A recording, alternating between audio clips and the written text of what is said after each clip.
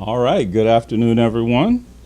Today is May 26th. We're here. It's about almost 3 o'clock, 2:52 on the Sabbath. And I will kind of continue. I'm going to do a little bit of a recap just to get back to where I was last week. And I think I made a mistake. I called last week the 9th instead of the 19th. So hopefully I said the 26th today.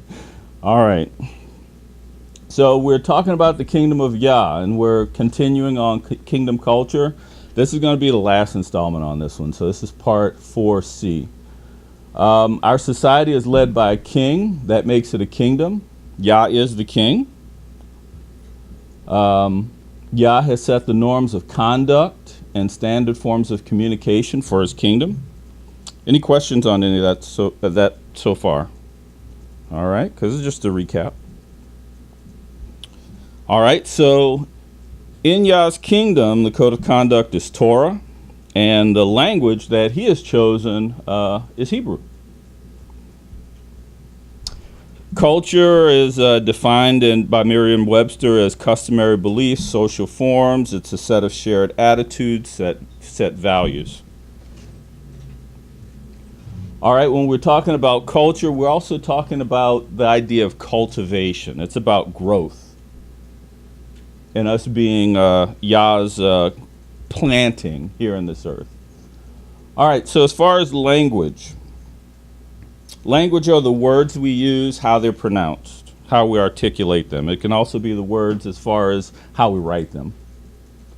All right, the word language comes from into English from the Anglo-French. It means tongue.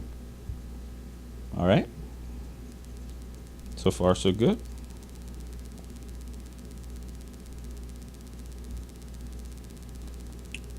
All right, every government, and we're talking about Yah's kingdom right now, as well as the government we have here on earth. Every government has an official language. In the U.S., the official language is English. All laws, manuals, publications, and other documents are produced in English here in the United States. All right. Yah's kingdom also has an official language, and that is Hebrew. The word Hebrew comes from the name of a person who used to live. His name is Iber or Eber, and if you were to say the title or the name of the language in Hebrew, it would be Eberu. All right, the word Eber means one who has escaped. So we see the first person, one who's crossed over to the other side. We see the first person who was called a Hebrew was Abram. It's called Hebrew. All right, so Hebrew comes from Eber, and Eber was one of the children of Shem. All right, we had this nice little picture where we were able to see the line of the Messiah. And as we were able to go through that, we were able to see Shem in Messiah's line. We were also able to see that Shem was a very long-lived man. He lived about 600 years. And not only did he get a chance to meet and to know his son Arphaxad and his grandson Selah, but he also was able to meet as far down as Abraham, Isaac, and Jacob as well. All right, so Eber is Ein Bet Resh, so it's Iber would be the way it'd be spoken in the truest form of Hebrew. And if we want to know a little bit more about that, we can look into the book of Jasher, because it tells more about his life and some of the things that he's done and the interactions that he's had, more than Genesis gives. All right, getting back to Luke. A good man brings forth that which is good out of the treasure of his heart. A wicked man brings forth what is wicked out of the wicked treasure of his heart. For out of the overflow of the heart, the mouth speaks. So we're still talking about the mouth, and we're going to wrap this up. And obviously, Yah must be speaking, because My brother William just spoke on the same thing, so he's obviously trying to say some things here. All right, kingdom culture. For then I shall turn unto the people a clean lip, a language, so that they can call on my name, on the name of Yah, to serve him with one shoulder, or one effort. Okay, we looked a little bit at what the Hebrew was for this and how it's broken down and how the words are ordered in actual Hebrew. That's the Hebrew. All right, we talked about the safa, which is the lips. It's the front part of our face where we let sounds come out of and food go into. Okay, so one of the things I want to say about this is that, you know, everything that Yah has done, he's done with a purpose. He's done with a decided order of how he wants things to go. And, you know, when we're talking about the tongue, when we're talking about the mouth, when we're talking about our lips, I don't want to make this such a rigorous thing to say that we can't communicate with one another. Yes, we can say hi with our lips. We can give directions. We can talk common things with our mouths. That's a part of us interacting and living with each other. Okay? But apart from that, there are some definite things that Yah had in mind when he gave us these parts of our body. All right, so I'm going to skip down a little bit. All right, so let's start with John chapter 4, verse 34 through 38. Now, the reason why I'm going through these next set of scripture is I want to show you that we have an example, okay? Our Messiah, he has come, he's lived, he's died, he's resurrected, he is at the right hand of the Father even now, and we are waiting for him to come back. But while he was here, he gave us a definite example of how we are to live and what we are to do. So let's go through that a little bit. Now, I'm just going to leave that up there right now because I don't have the actual text put up. So let's go to, and I'm going to read from the TS 2009. So this is going to be John chapter 4, starting at verse 34.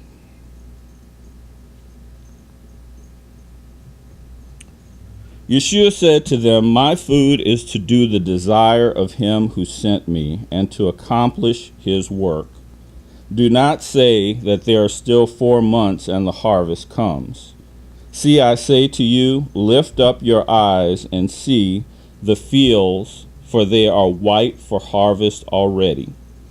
He who reaps receives a reward and gathers fruit for everlasting life, so that both he who is sowing and he who is reaping rejoice together." So we see here that our Messiah, our person that we are to look to and say, this is our example, he's saying that his food, his desire is to do the will of the one who sent him. Now let's go to John. This is going to be chapter 5. Verse 17 through 23.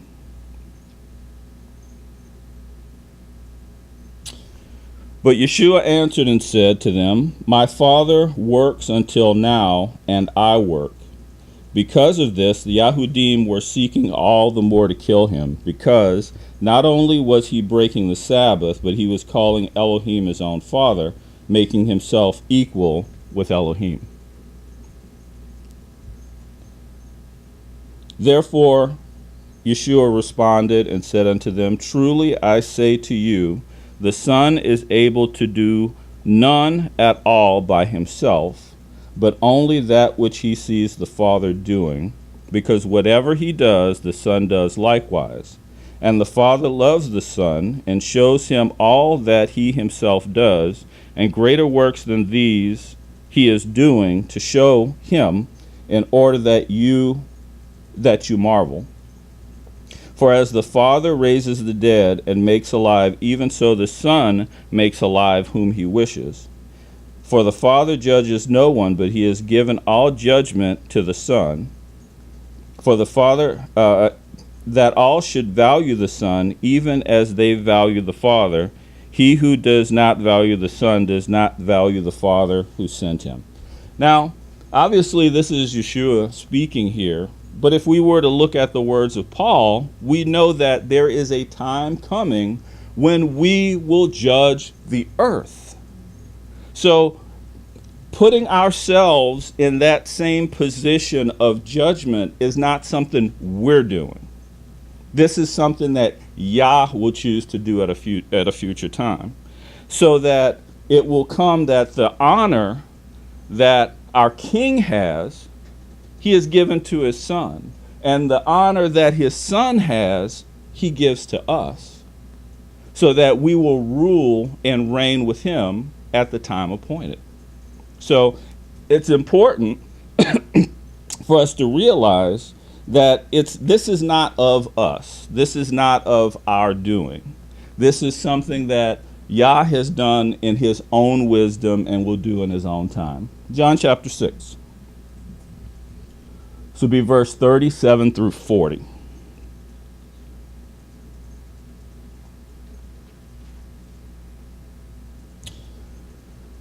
But I say to you that you have seen me and still do not believe.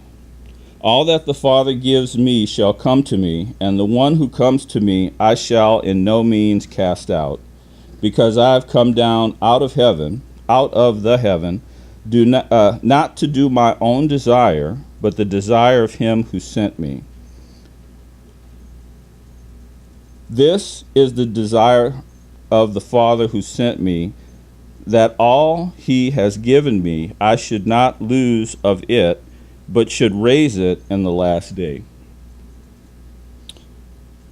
And this is the desire of him who sent me, that everyone who sees the Son and believes in him should possess everlasting life, and I shall raise him up in the last day. So we see here again, our Messiah is showing us the example of following after what Yah says, after what he does. Okay, let's go to John chapter 8. Okay, we're going to be doing 14 through 18.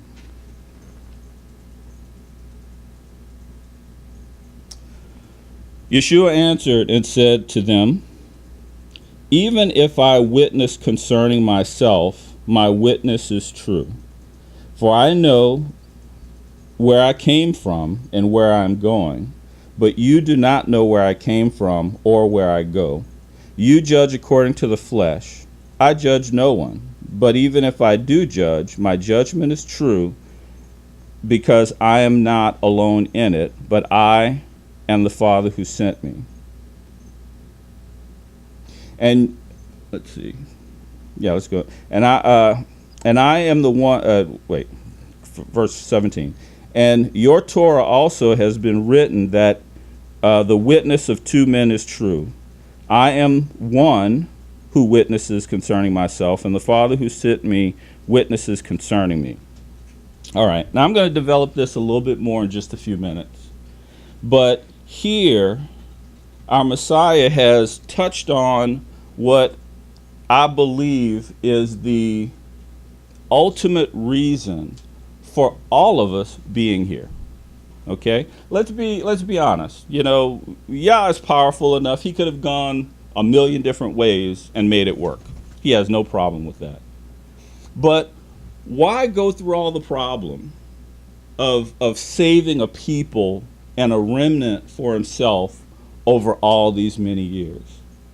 The purpose, if we look here, he says the Torah is a witness, and he is a witness, and his Father is a witness.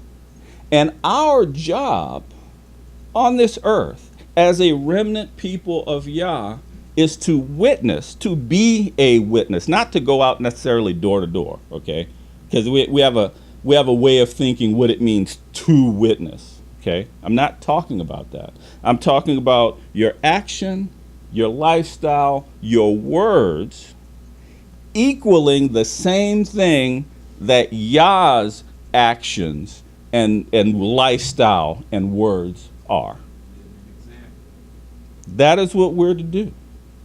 That is what it means to be a witness. All right? Let's go to John chapter 8. Let's see. Let me get back to my Bible. All right, chapter 8, verse 38 through 50.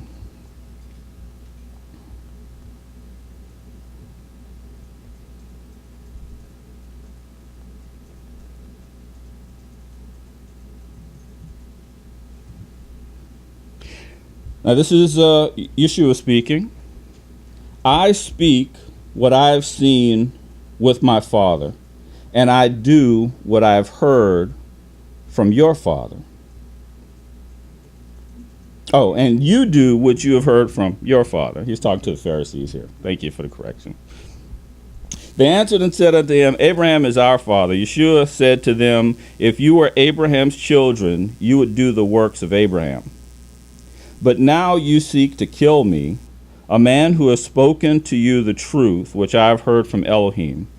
Abraham did not do this. You do the works of your father. And they said unto him, we are not born of whoring. We have one Father, Elohim. And Yeshua said to them, if Elohim were your father, then you would love me, for I came forth from Elohim. And I am here, for I have not come of myself, but he sent me. Why do you not know what I say? Because you are unable to hear my words. You are of your father the devil, and the desires of your father you wish to do.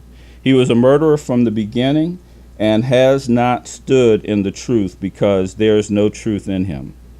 When he speaks the lie, he speaks of his own, for he is a liar and the father of it. And because I speak the truth, you do not believe me. Who of you proves me wrong concerning sin? And if I speak the truth, why do you not believe me? He who is of Elohim hears the words of Elohim. Therefore you do not hear, because you are not of Elohim. The Yehudim answered and said unto him, do we not say well that you are a Shimeroni and have a demon? And Yeshua answered, I do not have a demon, but I value my Father, and you do not value me. I do not seek my own esteem, but the one who is seeking and is judging. Truly I say unto you, if anyone guards my words, he shall never see death at all. So we see here, he is further confirming, I'm not here doing what I've come to do or what I want to do. I have one that has sent me.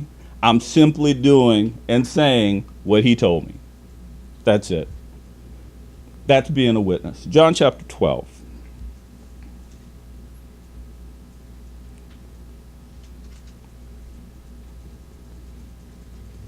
Okay, we're going to do 44 through 50.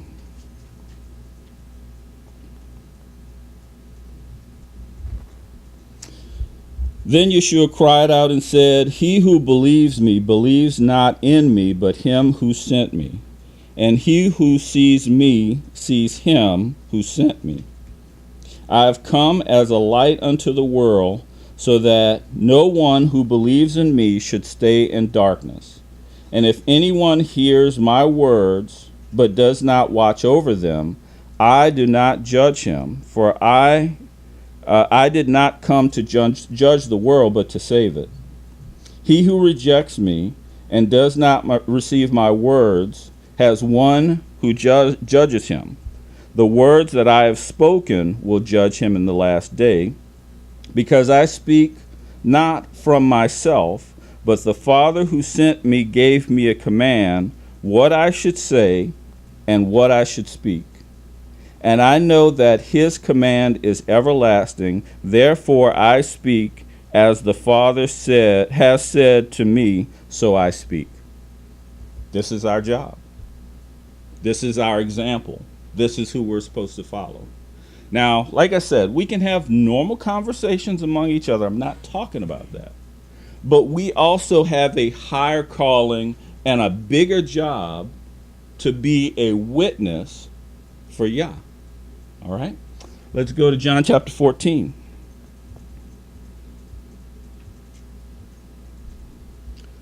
Verse 9 through 11. Yeshua said to him, "Have I been with you so long, and you have not known me, Philip? He who has seen me has seen the Father. How do you say, 'Show us the Father'? Do you not believe that I am in the Father, and the Father is in me? The words that I speak to you, I do not speak from myself, but the Father who says to me does his work." Let's see. Yeah, we're going to 11. Believe in me and that I'm in the Father, and that the Father is in me. Likewise, believe me because of the works themselves. All right? So we just have a reiteration. And this is all coming from the book of John. All right? So we got John chapter 18, verse 37. That's going to be our last one in John.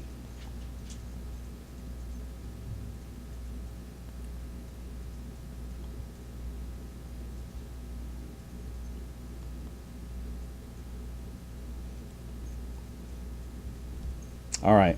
So this is Yeshua. He's standing. He is about to go to judgment, or he's actually in the judgment process, and he's speaking to Pontius Pilate. All right. And then Pilate said to him, "Are you a sovereign then?" And Yeshua answered, "You said it." He said, "You're right." He was agreeing. Okay. "Because I am a sovereign. For this I was born, and for this I have come into the world, that I should bear witness to the truth. Everyone who is of the truth hears my voice." He's a witness. He's our example as a witness. All right.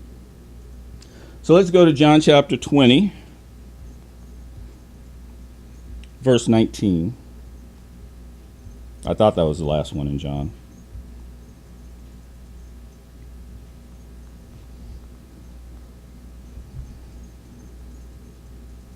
All right, so we have a resurrected Messiah here in John. He's already died. He's already come back.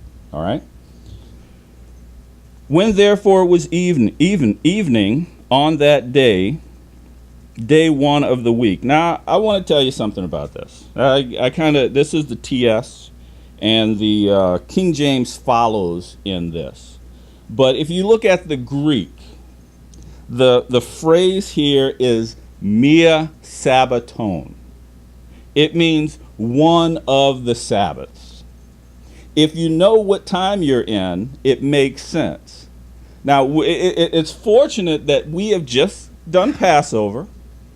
We're now in the Feast of Weeks. We know that we're counting down Sabbaths.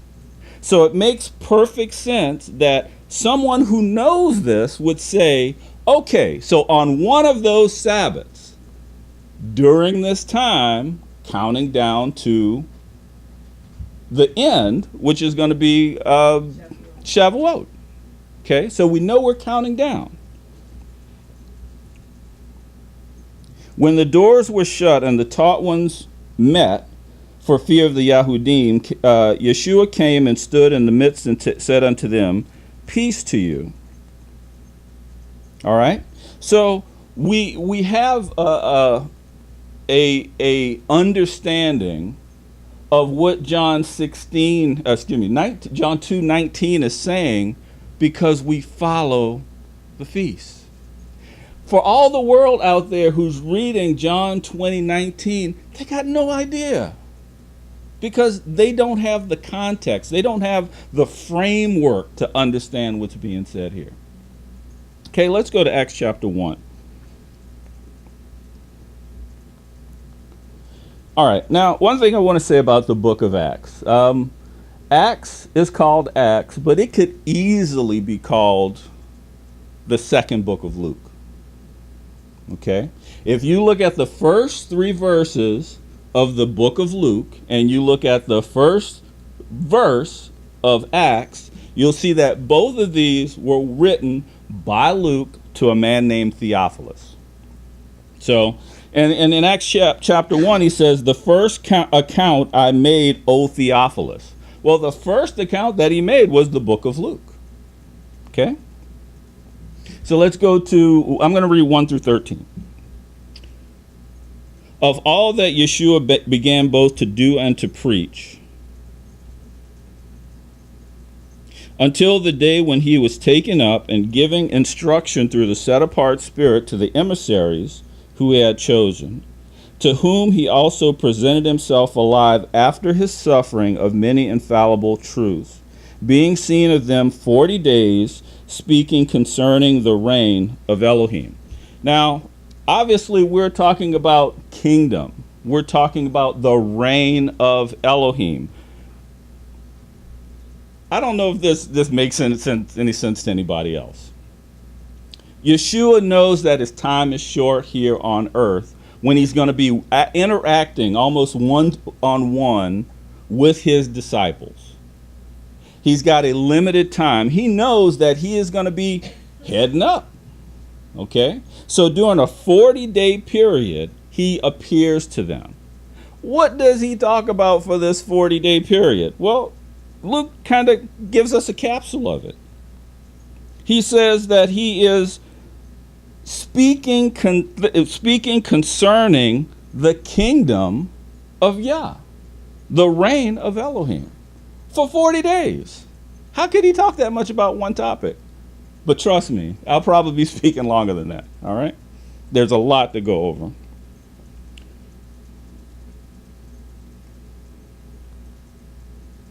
And he met with them. He commanded them not to leave Jerusalem, but to wait for the promise of the Father, which you have heard from me. Because you're not truly immersed in water, but you shall be immersed with the set-apart Spirit not many days from now.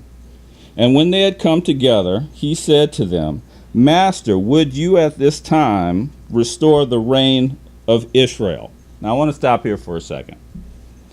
I do need to make sure that everyone understands the reign of Yah and the reign of Israel are not the same. Yah's reign is everlasting. It has always been, and it always will be. There's no point in time when it started, and there's no point in time when it will end. But Israel, by the way, we can look in our word and see when Israel began to be a kingdom, and we can look and see at history when it stopped being a kingdom, and we can look forward to at some point in time in the future, it will become a kingdom again, and Yeshua is going to be the king over that kingdom. But the kingdom of Yah and the kingdom of Israel are not the same. We can look at points in time when Israel was in Yah's kingdom, being under his rule, and we can also read about the times when it wasn't. Whenever there was a king who wouldn't follow him, we know that this just wasn't it.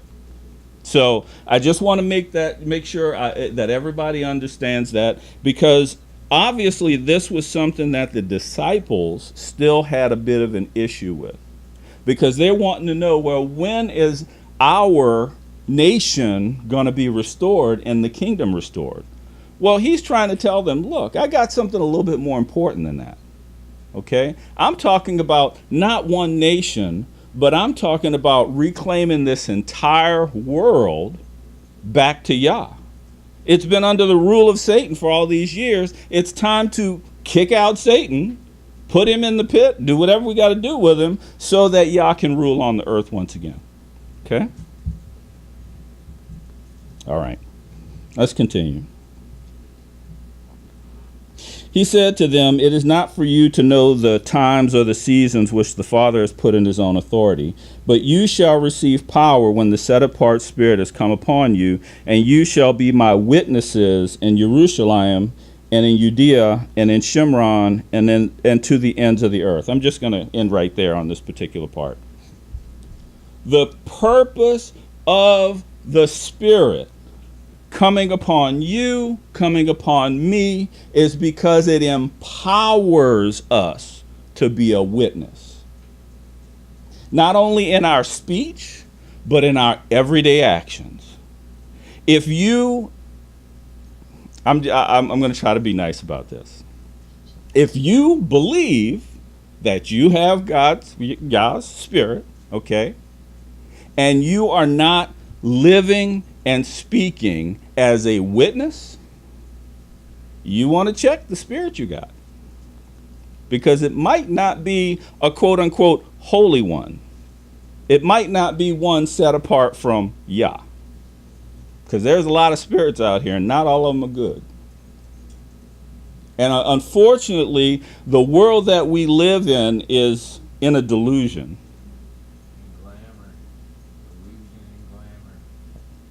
But they don't know it because they don't have the real. They've taken the counterfeit. They've taken the fake. All right. Let's go to Acts chapter 2. And I'm not going to read the whole chapter.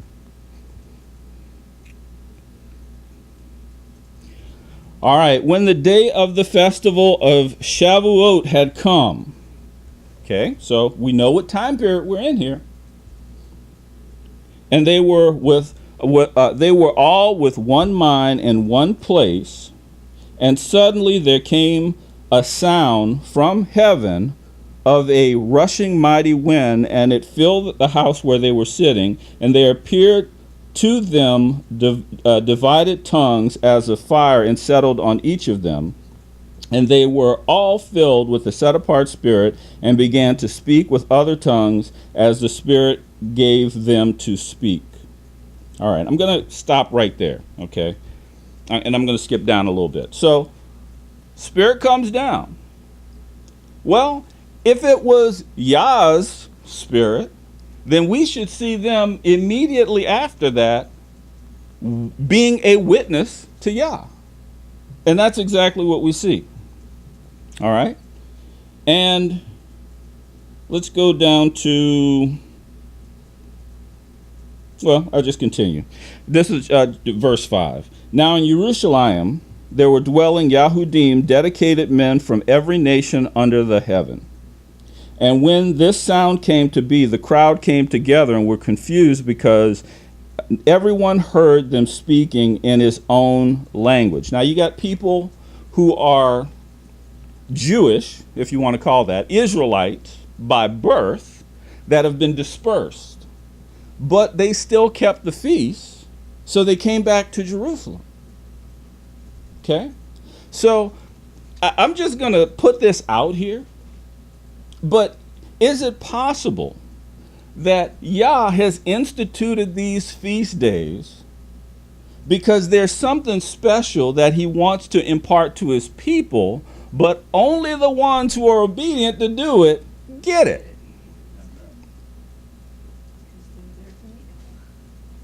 It was only there were Israelitish Jewish people all over the world at this point, millions of them, all over the place. But here we only have a few thousand that came for this particular feast in Jerusalem, and what the Father had for them, they got. We're going to read it. I'm going to read it. All right. And they were all amazed, I'm in verse 7, and marveled, saying to each other, look, are not all these who speak Galileans? Now, I talked a little bit about the idea of having dialects. The Galileans were your country folk. You know, they kind of slang the language around a little bit. So when they were in Jerusalem, the people who were there automatically knew, these are Galileans. These are not your sophisticated folk, okay? And it's okay. It's all the same language. They understood what they were talking about, even though the dialect was different. And how do we hear each one in our own language in which we were born? They were born away from Jerusalem. Parthians and Medes and Elamites, and those dwelling in Aram and Naharaim, both of Yahudah and Cappadocia, Pontus and Asia, both Pergia and Pamphylia, Mitzrayim and the parts of Libya around Cyrene, visitors of Rome's, both Yahudim and converts, Cretans and Arabs, we hear them speaking in our own language the great deeds of Elohim. And we are all amazed and were puzzled, saying to each other, what does this mean? Others mocking said, they have been filled with sweet wine. But Kepha, this is Peter, the spokesman of the group, standing up with the 11, lifted his voice and said unto them, men of Yahudah and all those dwelling in Jerusalem, let this be known to you, and listen closely to my words. For these men are not drunk, as you imagine, since it is only the 3rd hour of the day. But this is what was spoken by the prophet Joel. It shall be in the last days that Elohim shall pour, says Elohim, I shall pour out of my spirit on all flesh, and your sons and your daughters shall prophesy, and your young men shall see visions, and your old men shall see dreams, and also on my male servants and on my female servants shall I pour out my spirit in those days, and they shall prophesy, and I shall show wonders in heaven above and signs in the earth beneath, blood and fire, vapor of smoke. The sun shall be turned to darkness and the moon to blood before the coming of the great and splendid day. And it shall be that everyone who calls on the name of Yah shall be saved. Okay, speaking directly from the book, the scroll that Joel wrote. Now, we have to contrast this with what happened thousands of years ago. At one time, everybody spoke the same language. I went over a little bit of what was happening with the Tower of Babel. They were going to build this tower. They thought they were going to get up to heaven. And Yah comes in and says, no, I'm not going to have it. And he divides their languages so that they could no longer understand one another. But here we have the day of Pentecost. We have this feast day that has come, and it's the exact opposite. These men are speaking by the Spirit, and everybody with the divided languages heard exactly what they were saying with no problem. In fact, when you look at what's saying here when it talked about in the language that we were born, it's talking about to the very dialect that those people spoke. So they understood perfectly. Okay? So we have, I'm going to Acts chapter 25. For David said concerning, I saw Yah before me continually, because he is at my right hand, in order that I should not be shaken. For this reason my heart rejoiced, and my tongue is glad. Now my flesh shall rest in expectation, because you shall not leave me being in Sheol, nor shall you give your loving committed one to see corruption. And I have made you to know the ways of life, and you shall fill me with your presence. Men and brothers, let me speak boldly to you of the ancestor David. He died and was buried, and in his tomb is with us today. Being a prophet then, and knowing that Elohim has sworn with an oath of the fruit of the loins according to the flesh, to raise up Messiah to sit on his throne, foreseeing that he spoke concerning the resurrection of Messiah, that his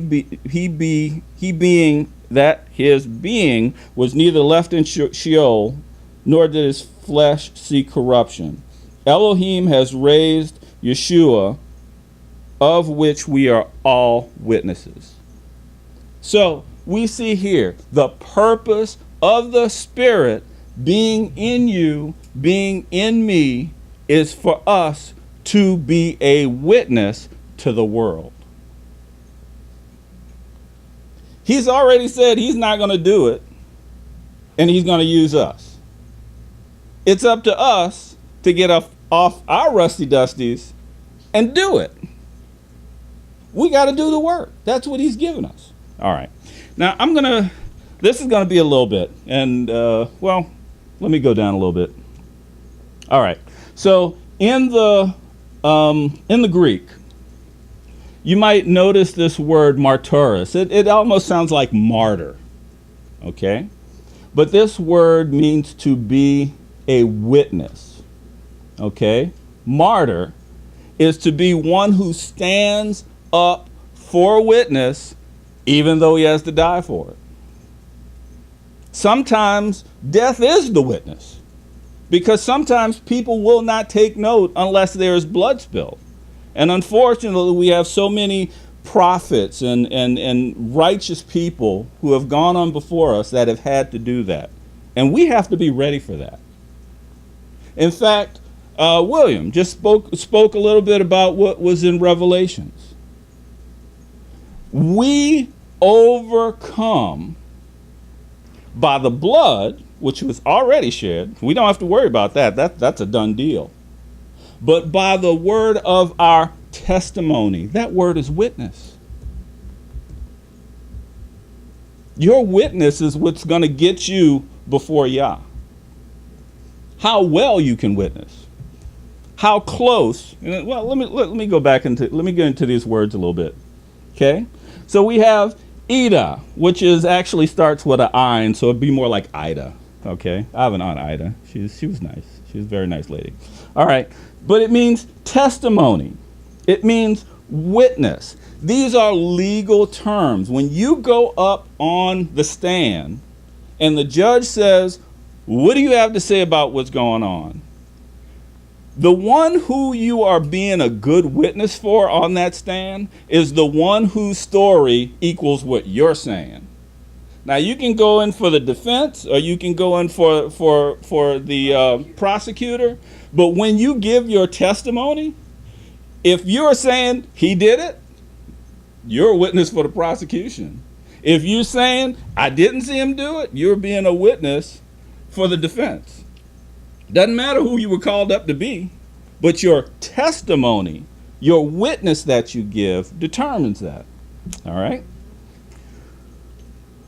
All right. So we have, it comes from the word id, which means recorder.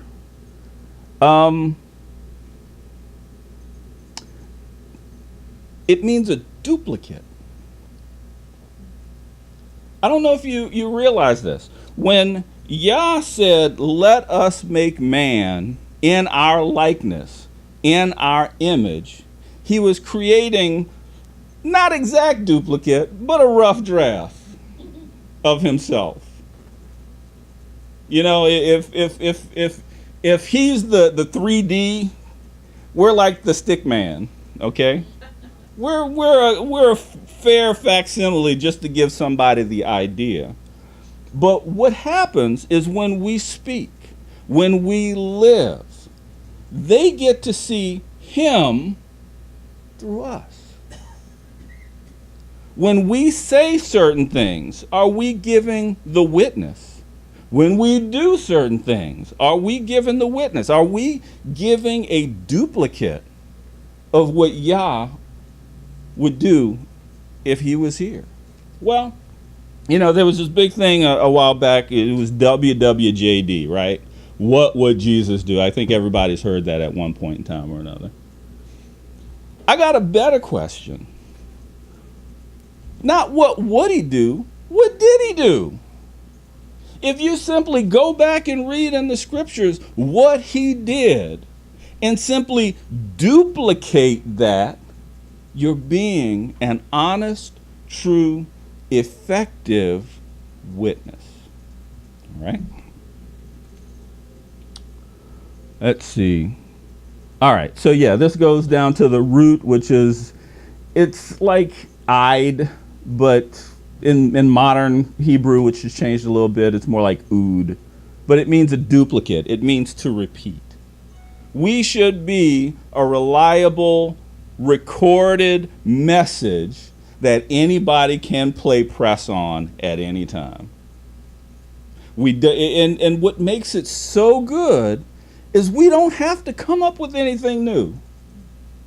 We don't have to rely on our own wisdom or our experience or whatever it is that we've gone through in life, although that might help make the case.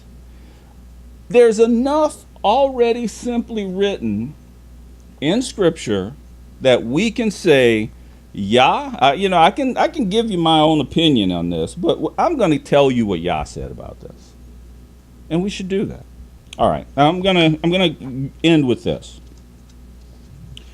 Now, I've spoken on this before, and I've given a little bit of this, but I'm going to give you a few scriptures. All right. So when Yeshua was here, he had one thing that is recorded that he did more than anything else.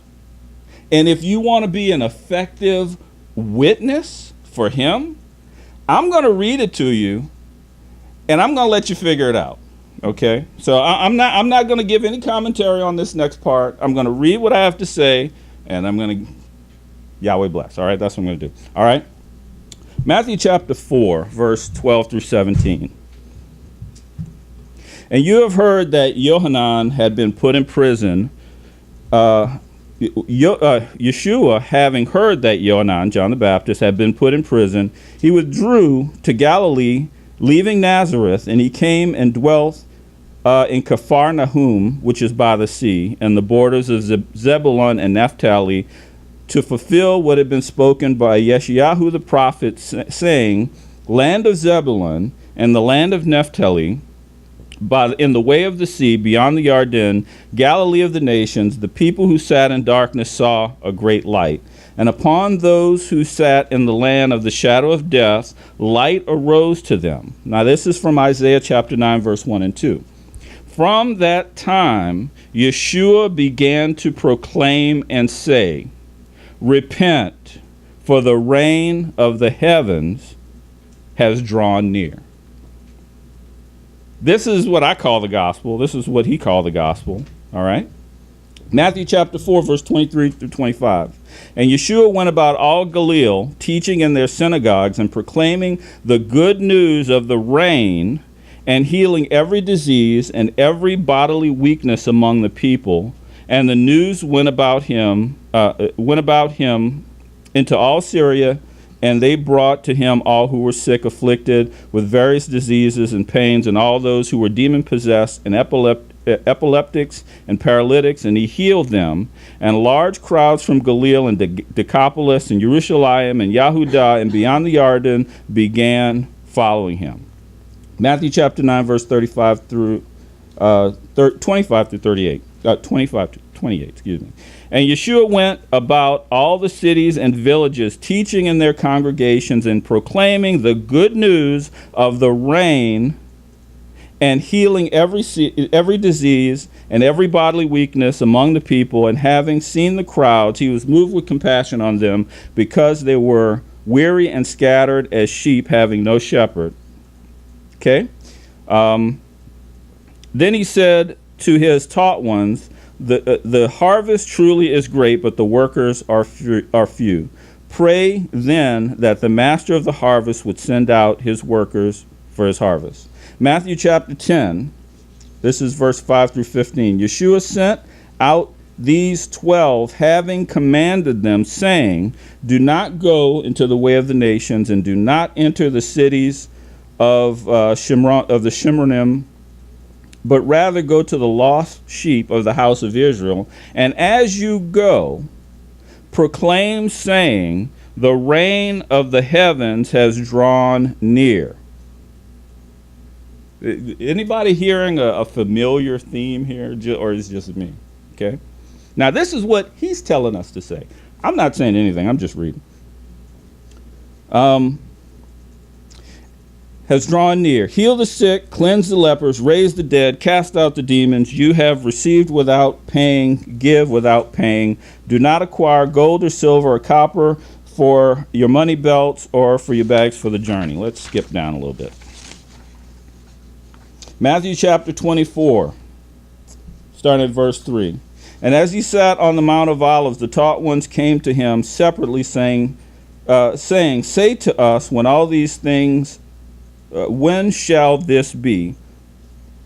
What is the sign of your coming and of the end of the age? And Yeshua answered and said unto them, take heed that no one lead you astray, for many shall come in my name, saying, I'm Messiah, and they shall lead many astray, and you shall begin to hear of fightings and reporting of fightings. See that you're not troubled, for these have to take place, but the end is not yet. For nation shall rise against nation, and reign against reign, and there shall be scarcity of food, and deadly diseases, and earthquakes in places, and all these are the beginning of birth pains. Then they will deliver you up to be afflicted and kill you, and you shall be hated of all nations for my name's sake. And then many shall stumble, and they shall deliver up one another, and they shall hate one another, and many false prophets shall arise and lead many astray. And because of the increase of lawlessness, and I really would like to go into that, okay, but I'm not. The love of many shall wax cold, but he who shall have endured to the end shall be saved. For this good news of the reign shall be proclaimed in all the world as a witness to all the nations, and then the end shall come. Mark chapter 1, verse 14 through and 15. After Yohanan, John the Baptist, was delivered up, Yeshua came to Galilee proclaiming the good news of the reign of Elohim and saying, the time has been fulfilled, the reign of Elohim has come near, repent and believe the good news. Mark chapter 1, starting at verse 35. I have risen very early in the morning while it was still dark, and he went his way to a lonely place, and there he prayed, and Shimon and those who were with him searched for him, and when they found him, he said unto them, Are all seeking you? Are all seeking you? Oh, all are seeking you. And he said to them, Let us go to the neighboring towns, so that I proclaim there also, because for this have I come forth. And he was proclaiming in their congregations in all Galilee and casting out demons. Mark chapter 3, verse 13. And he came up on the mountain and called to him those who he wished. And they came to him, and he appointed 12 to be with him. And he sent out to proclaim, to be sent out to proclaim, and to possess authority to heal sicknesses and cast out demons. And he appointed 12, Shimon, whom he added to the name Kepha. And he goes through the names of all the apostles. All right. So he gave them the job of proclaiming, of being a witness. Mark chapter 6, starting at verse 7. And he called the 12 near and began to send them out two by two, and gave them authority over unclean spirits. And he had instructed them to take none at all for the journey except a staff, no bag, no bread, no copper in their money belts, but to wear sandals, and not to wear two garments. And he said unto them, whenever you enter into a house, stay there until you leave that place. And at any place that does not receive you or listen to you, then you leave there, shake off the dust from under your feet as a witness to them. Truly I say unto you, it shall be more bearable for Sodom and Gomorrah in the day of judgment than for that city. And they went out and proclaimed that men should repent. And they cast out many demons, and they were anointing with oil many who were sick, and they healed them. Mark chapter 13, verse 3. And he sat on the Mount of Olives opposite the set-apart place. Kepha and Jacob and Yohanan and Andrew asked him separately, say unto us, when shall these events be? And what shall be the sign of all this when it's going to be accomplished? Okay, so it's basically repeating. So let's go down to Mark chapter 16, verse 14. Later he appeared to 11 as they were at table. So this is after resurrection.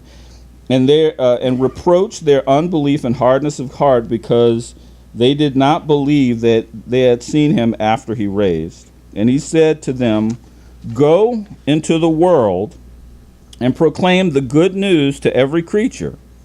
He who has believed and has been immersed shall be saved, but he who has not believed shall be condemned. And all these signs shall accompany the ones who believe. In my name they shall cast out demons, they shall speak with renewed tongues, and they shall take up snakes, and if they drink any deadly thing, it shall by no means hurt them. They shall lay their hands on the sick, and they shall get well. Okay, let's go down to Luke chapter 8, starting at verse 1. And it came to be afterwards that he went through every city and village, proclaiming and bringing the good news of the reign of Elohim. And the 12 were with him, and certain women who were healed of wicked spirits and sicknesses, Miriam called of Magdala, out of whom had come 7 demons. Okay, Luke chapter 9. And having called his 12 taught ones together, he gave them power and authority over all demons to heal diseases. And he sent them to proclaim the reign of Elohim and to heal the sick. And he said unto them, take no matter at all for the journey, neither staff, nor bag, nor bread, nor silver, neither 2 garments, in whatever house you enter, stay there and go from there. And for those who do not receive you, when you go out of the city, shake off the dust from your feet as a witness to them. Okay? Luke chapter 20. And it came to be on one of those days, as he was teaching the people in the set-apart place and bringing the good news, that the chief priests and the scribes, together with the elders, came to speak to him. And they said, say unto us, by what authority do you do these things? Now, he's doing all kinds of miracles, but they want to know what authority he has to do it. Luke chapter 24. And as they were saying this, Yeshua himself stood in the midst, he is resurrected, and said unto them, peace unto you. And being startled and frightened, they thought they had seen a spirit, and they said unto them, why are you troubled? Why do doubts arise in your heart? See my hands, see my feet, that it is I myself. Handle me, for a spirit does not have flesh and bone as you see. And I say this, and saying this, he showed them his hands and his feet. And while they were still not believing, for joy and marveling, he said unto them, have you any food here? And they gave him a piece of broiled fish and some honeycomb. And taking it, he ate in their presence. And he said unto them, these are the words which I spoke to you while I was still with you, that all have to be filled, and that is written in the Torah of Moshe and the prophets and the Tehillim concerning me. When he had opened their minds to understand the scriptures, he said unto them, this it is written, so it was necessary for Messiah to suffer and rise again. All right. So we can see here really easily that Messiah focused on people talking about his reign. Okay? Now I'm going to give you a little bit of homework. If you go to the book of Acts, in Acts chapter 14, verse 19 through 23. Let's see. Acts chapter 19, verse 1 through 10. Acts chapter 20, verse 17 through 38. And let's see. Yeah, I think the last book in Acts is 20, right? Yeah. You'll see the disciples, after his resurrection, giving the same message concerning the reign of Elohim. Yahweh bless.